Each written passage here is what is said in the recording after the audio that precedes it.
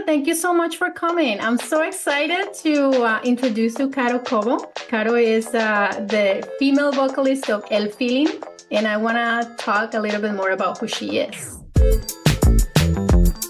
Caro Cobo is a Colombian singer-songwriter who graduated in music from the Universidad de los Andes in Bogotá, and with a master's degree in composition and sonic art from Oxford Brookes University in Oxford, England. She is the frontwoman of the musical band El Feeling, and the lyrics of her song Summon Cultures unite races and takes us on an emotional journey of joy, love, and also heartbreak. These lyrics, I can't wait to talk about the lyrics, right? Are interwoven with sounds that mix Colombian instruments such as accordion, drum, bagpipe, and millo flute, with elements of pop and instruments such as electric guitar and electronic beats, which have given them great international reception. I actually found El Feeling a while ago, and it was so interesting to hear this project. Una maleta y sueños de papel, caminos largos para recorrer. Todo era incierto, pero no podía caer. Talk to me about how El Feeling was born. Hi, Belu. Thank you so much for this invitation. I'm really excited to be here talking today and to everyone listening. Hey, I'm Caro Cobo. I am the lead singer of El Feeling, and it just happened here in LA. Right now we're three Colombians. We didn't meet each other in Colombia or in any other place. It had to happen here. And basically, as musicians, we just sort of like start gigging, putting the word out there. And all of a sudden, Carlos, his artistic name is CH, started calling people, musicians, and everyone. And I was looking for a bassist for my jazz band at the time. And so I'm like, another Colombian? Wow, hold on. So I'm like very intrigued, and then I respond to his ad, and we're like, wow, where are you from? And start exchanging information. We got together for a private gig at LA TV, which is a Latin TV channel here in LA. And we were playing top 40 at that time. So everything and anything from Carlos Vives, Vallenato, to even pop and Despacito and rancheras. So you can imagine that. So it was a very Latin scene that I couldn't believe personally it was happening in the US, because it was my first time in LA and it was pretty much my second time in the US. So I'm like, wow, people actually listen to Latin music here? I'm like, wow, this is amazing. And so Carlos called me, and then he gathered other musicians from Venezuela, Mexico, and Sergio, our current producer and guitarist from Colombia. And we all clicked so well. Like, we only had like a couple rehearsals and everything went so smoothly. We had a great time that we thought we should stick together, and start our own thing. And we sort of have this chemistry also. We are very attracted to Latin sounds, even if all the members have different backgrounds and musical influences. That sounds beautiful. And how long ago was this? It was like 5 years ago, probably. Yeah. Wow. Yeah, it's been a while now. Yeah. And so you went from top 40s and now you do your own music. Yeah. So that was the next big step, right? So what is it going to be our own sound? And it ended up being a mix of musical influences. By that time, Sergio really liked pop music. He's a guitarist and he's got like this really nice electric sound that we love. Carlos was, at the time, he was like a rock kind of guy with the vests, and he was even playing and working at the Whiskey A Go-Go in the iconic Sunset Boulevard. So he brought like rock vibes, but with an accordion. So it was like very strong and very kind of like super there. And I was more like into jazz, like I mentioned before. I actually had another jazz band. I had influences of like jazz and bolero and balladas, bossa novas, and all this vibe, which is very smooth and easy for a mezzo-soprano. That we really enjoy as singers, to just explore all that kind of repertoire. And then you went from jazz and boleros to falling in love with the sounds of vallenato, and having a combination of all of this, you made El Feeling. Isn't that funny how because we are in another place that it's not per se Colombia or the root country, we start giving it more chance to other sounds. Like, for example, I wasn't very familiar with the accordion and the vallenato because I grew up listening more into the other side. I was born in Valle del Cauca, in Palmira Valle. So that influence is more into Cali, like salsa. It's another kind of vibe, more like Cuban and influence, Afro influence from the Pacific, marimbas and all these other rhythms. And then Carlos brings that accordion, but he's also a fan, and he's also like really, he studied a lot the percussion. So we start mixing these sounds, and I'm like, I really like this. You know what? I wrote a cumbia. Like, I don't know where I wrote a cumbia. And I'm like, can we please add an accordion to these and see where it goes? He's like, Caro, you actually wrote a cumbia? I have a couple demos myself. Let's start digging. Let's work. He loved my cumbia. That was like the second release that we did with Feeling. The first one was another rock-ish cumbia that he had also worked on.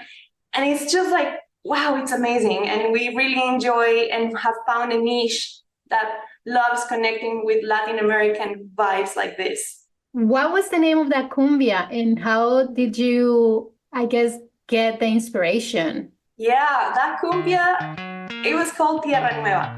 It is called Tierra Nueva. That's the official name released with El Feeling. Like, I didn't release it with anyone else. Ven y deja todas las penas, lleva el ritmo con las penas. Sé tú mismo en esta fiesta, que todo se puede en la Tierra Nueva.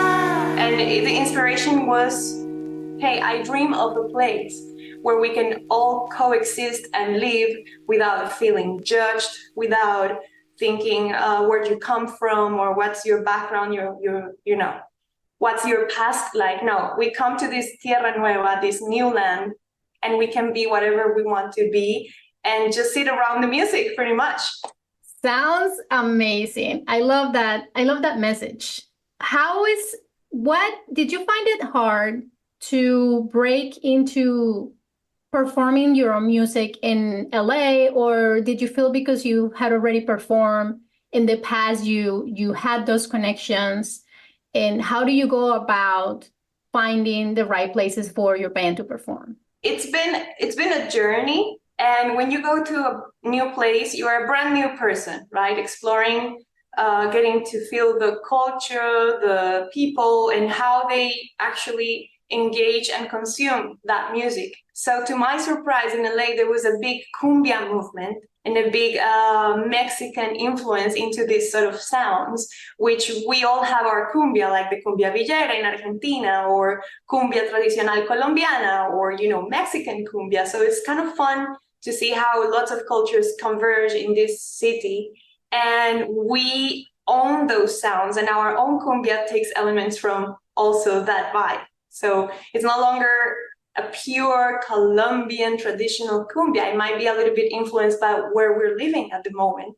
And that really helped us and motivated us to go out and say, hey, we're a new band, we're a new project, and we are Latin people who are just looking for some, interaction with communities, and we have this message, and we introduce ourselves, and we raise our voices in a way that it felt really appropriate at the time. And it was our first official music video called Parrapa. And that's what started it all. And that's how we put the word out there. And people were like, whoa, there's this new project. Look at these guys. I love that. And I do remember, I think that's how I found out about you through Parrapa. It's a very upbeat, dancing kind of rhythm, and it makes you really just like stand up and dance. Is that what you see? Like every time you play Parrapa, that's everyone just like has a good time? And how do they take Parrapa? Parrapa, Parrapa, la baila Puerto Rico, Barranquilla y Nueva York. Parrapa, enciende los barrios, brinda el feeling, ya llego. Yeah, so Parrapa, it's either like an opening song for the party, or it's like the last song that we close with, because it's got so much energy and it's got this sort of like call and response where we say parapa and people respond, hey, parapa, ho, woo, and people dancing in New York. And, you know, it's like, it's a party. It's an invitation for anyone out there who wants to come and have a good time. And in a world that is so divided, and I feel that love and compassion and these sounds, they unite us all. And we need those messages. We need those places to go to where you're going to feel like you can be part of something, even if you just got there and met us for the first time. You feel like, oh, I feel like I know these guys. I feel like I can party with these guys. I feel like I can have a drink or have a word with this person. And that's what we want to do. We want to be these kind of people that wherever you are at, you can come to us and feel safe and feel happy, and you're not alone. So Parrapa is that journey, and is reflected in this music video where it happens pretty much like it happened in real life. It's a Volkswagen Californian combi, that those traditional buses, very coast vibes. And the tour of the bus is picking up every member of the band, and in the end, it's a full performance and a full party with people, local people. And that is exactly how it happened that day. Even people from like Brazil came, from like lots of backgrounds. And what you see in the video is what we truly are about. That sounds super fun. I hope I'm invited to the party next time. Oh, but of course, yeah, you have to come to the West Coast, but Yes, we'll please. take care of you. Awesome, I love that. So, Caro, you said that you fell in love with music, or music was in your blood and I guess in your bones ever since you were 5. Yeah. Can you talk to us a little bit about how from age 5, like you decided to pursue music, or was that something that you kind of weren't sure? And then by the time that you graduated from high school, you were like, okay, I'm going into music. How was that journey for you? Yeah, I was very lucky to have a supportive home and parents that had a vision for me to explore sports, explore instruments, explore dancing if I wanted. And I did. And my mom one day took me to this Institutes of Art in Concepcion, Chile, like you read before. I lived in Chile for 4 years. So Chile felt like a second home to me at the time. And so she took me around and I saw like the ballerinas, super cute with their tutus. And then I passed by a violin instruction, a class, and I'm like, wow, that sounds good.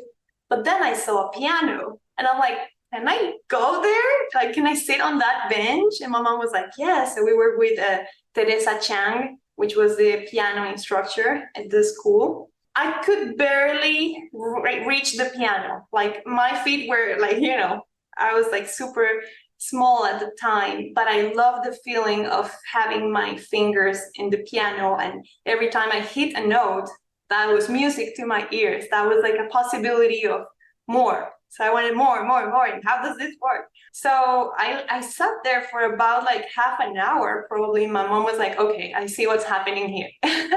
So that was like, ever since then, I stick to piano, but then I explored my vocals and I started singing in choirs, and I really loved everything around the performance art and music. So it's safe to say that you have a combination between voice and piano, and you still explore both of them. Exactly. And the piano or any instrument, if you're a vocalist and if you like to compose and create, it's really useful. Especially to me, piano has been a really helpful tool, not because I didn't become a pianist and I didn't pursue the classical path of like playing sonatas or Schubert, Bach, Mozart, but I did find it useful in my later years to create and compose. So piano can become any instrument if you plug it in, like electrical synth. You plug it into your laptop, and for the people listening, you hit a note, and then that note becomes any sound you want. It could be even a cat. So you record do, re, mi, fa, sol, right? And then it can be like, meow, meow, meow. It can be a cat, could be anything, could be strings, could be drums. That really helped me to create and then to send a message across, which was lacking then after I studied music and I became a singer and and I did perform as a singer, playing like opera or lead chanson, I was missing what is my voice like? What is my true sound like? What is my message? I felt that need, and through piano and through all that knowledge, I'm like, I can write a music. I can actually put a song together. That's powerful for anyone. First of all, I love the cat explanation. That was so fun to hear you say meow meow meow. Yeah, I wanted to ask you now. So you became a mom very recently. Yeah. Congratulations, by the way. I am also a mom of a boy, and I wanted to ask, are you combining, like, now that you're a mom, are you combining, do you think that you're thinking about music or composing or writing songs in a different way? Or do you think that you're still the same? Like, does it feel like you've changed a little bit? And how are you incorporating motherhood with being a musician? It's been a journey as well. It's they say that when a new baby is born, a new mom is born as well. So congratulations to you too, Belu, because now I have someone else to talk about motherhood, and we are both musicians, and this is our passion. And yeah, it's been a process, but it started when he was in my belly, when I was pregnant. I was still writing music. I went on like stage, and at some point my colleagues, my bandmates were like, whoa, Cara, take it easy, because I get so excited that I want to dance. Someone got me a rose when I was dancing and playing on stage, and I'm like, oh my god, I love this energy. And I feel like I was very careful though, but I feel that the baby really enjoyed the sounds and my happiness and all that good energy that I was giving him through this music, that when he was born, he's very attentive to sound, and he's really engaging through the piano notes and the guitar. Even Sergio was playing guitar. His first sounds that he heard of an instrument, it was Carlos sent him like an accordion melody, very traditional from Colombia, to the hospital in a music video, which, you know, I have to give it to the guys. Being the sole female of a band, it could be kind of like scary for your bandmates because they don't know what motherhood is like. And you could feel like, oh, it's all gonna fall into crumbles and it's gonna fall apart, but it's not. And I have just proven that to them, and they were very supportive, and they have seen me going through like rehearsals, writing music, writing an album that we wrote when I was pregnant, and releasing music and doing all these things. They're like, Caro, it's just you, but with a bigger belly. You know, and now they're like, Caro, we want to see baby and we want to teach him instruments. So it's kind of like, you don't have to be afraid, because your projects are not going to stop if you won't let them. You might need support, of course. You might need people around you that are going to be your village and are going to also help you adjust your times or your schedules for rehearsals or songwriting sessions to your need and to your baby's needs, because of course this is a new phase, and if you want to make things work, you gotta actually communicate and make it happen. I'm glad that you found your musical village. And like you said, it's not the end. It's just you have to adjust.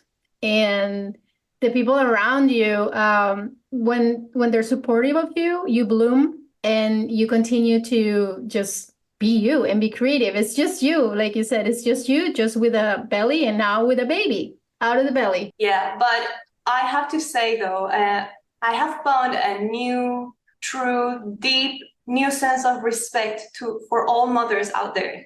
Of course, my own mother, but any woman that has gone through this process. And I say woman because right now this is how anatomically and physically we are equipped, and it's women who carry this and through 9 months go through that, and then has to deliver a baby, and it's actually labor. That's why they call it labor in the US. They put you to work, okay? So I feel you, all the mothers out there, and big kudos to all of you, because this is not an easy task, doing all of that and still putting on a good face and creating content and going out there and trying your life, working, and now with the baby. But we got this. This is us, and Latinas be like us doing this, right? So yeah. That's right. That's right. I mean, women can do it all, and mothers, going through labor, it's such a journey, and it shows you that you can do it all as well. You can do everything if you've been through labor. If you deliver a baby, Oh you yeah, are capable of doing everything and anything. 100%, 100%. And yeah, respect to all the mommies out there, and so much love to all those babies. Like we're all born brand new with so much opportunity and potential. And I see it in my baby's eyes. And I'm just happy that I get to be the one who is kind of like it's an honor to me being a mom now.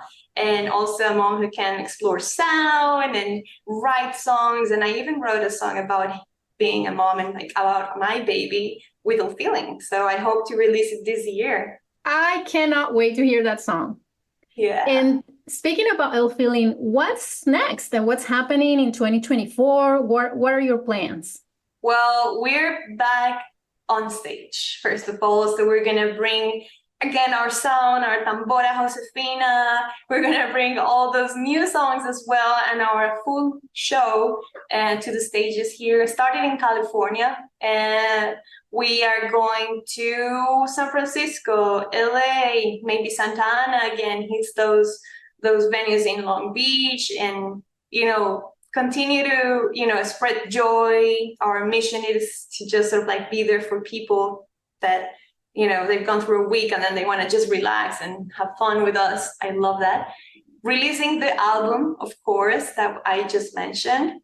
That's been like a big project, and it's been sort of like how can I say, it's a new way to renew your energy, to get more sounds out there and tell the people we are here, we have more for you to pick, to choose more sounds, from like cumbia to electronic beats and sounds and it's like an evolution. Every time you write a song or you release an album, you will see the evolution of the band. I hear it and I'm excited for you to hear it. And of course more music videos, because we love creating. We're very creative people and we're surrounded by a great team. It seems like you're very lucky in that sense that you have your team has different hats. Like one is a producer and another one, like all of you like write music, and each and every single one of you have different instruments. Do you also work on your own videos, or is that like an extension of a team? Like how does that work? Yeah, well, we are people who like to be hands-on with our projects, from the very first sketch on a piece of paper to the final delivery, to the master tracks, to everything. We've been lucky to have found a good team of Latin American people too, that have given us way like a sense of like you can do quality pictures if you just get organized and find the right people who believe in you and your project. And so we have found Daniel Piñeros, which is another Colombian great director. He does film, short film, commercial, and music videos. He loved that feeling. He's like, please, let's do something together. And we didn't do one. We shot like 3 or 4 more music videos that we love. Including one called Tumba Catimba, which has been an awarded video in New York and California. And it's been, I mean, you never know what's going to happen. You just need to keep trying. And one of our greatest goals or surprises, achievements was also to be on MTV, which we grew up watching, right? Music videos on MTV. You'd be like, that's Avril Lavigne. Oh my God. That is Britney Spears and Christina Aguilera and Blink-182 and all these rock bands. Of course, at the time we saw a lot of American influence, right, on MTV. But now we see more of the Latin community and the music videos being showcased. So for a feeling to have had 3 videos already rotating on the show and MTV was like, that is amazing. Kudos to all the team. And we keep pushing and we keep like showing this, and they will see it. I mean, we get surprised because we send them and we don't know if they're gonna pick them or not, if they like them, if they go through like curators, and if they like them, they will perform. So thank you to all our team, Santiago Fierro, Melissa, Santi, and all our makeup artists, we've had help. Yeah. That's beautiful. So it's more than a musical village. It's a creative village. It's a creative village that you have found, and that's beautiful, and that is true. It takes a team to make something beautiful. Fue mitad hombre y caimán, tomando pócimas pa' espiar, y al otro lado la tunda te engaña siendo alguien más. And congratulations, MTV, like 3 videos, not 1, but 3 videos. That's inspiring. That's inspiring, Caro. And, I can't wait to hear more about El Feeling. I can't wait to see you hopefully perform here on the East Coast, at some point, eventually. And I wanted to ask one more thing. What is one thing that you want people to get from this conversation? Like, if you were to say, I am Caro Cobo, and this is what you need to learn about me, what would you say? I would say, I am Caro Cobo, and I believe in the power of love and compassion. And anyone listening, just open your heart and don't be afraid to ask for help or ask for advice, and risk a little as well. Because when you risk, you might get more than what you were expecting.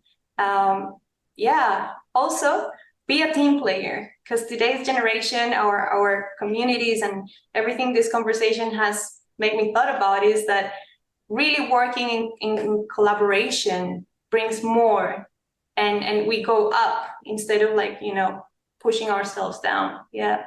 Thank you for that. Those are beautiful words. Where can people find you in El Feeling? Thank you, Velu. This has been such a fantastic time with you, and to everyone listening, I'm enjoying it so much. If you feel like you got something from this conversation and you want to continue it, we can connect on social media and Instagram. We are El Feeling Music.